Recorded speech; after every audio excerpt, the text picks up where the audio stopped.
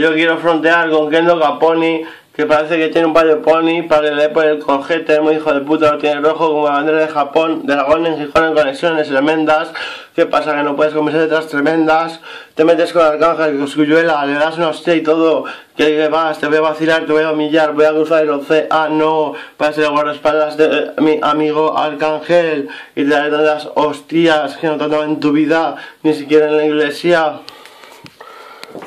Cosculluela, ¿qué pasa? Que me la pones dura tu abuela, sin dentadura y sin censura. Encima no le dejo ni propina, porque a mi puta dice que le gusta y disfruta. Así de pro lo hago porque odio a los que se meten con Arcángel.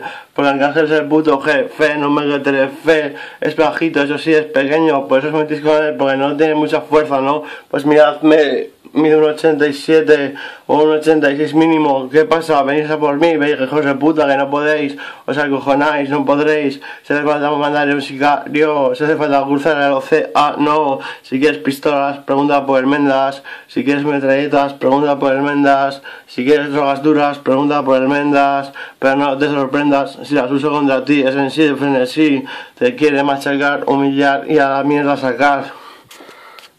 Todo enemigo de Arcángel es mi enemigo, ya lo dejo escrito. Los payasos no podéis con vuestros fracasos. Aquí estoy yo porque arraso, porque el rap es mi estilo y todo el Dios me lo dio, porque Dios me dio mi estilo.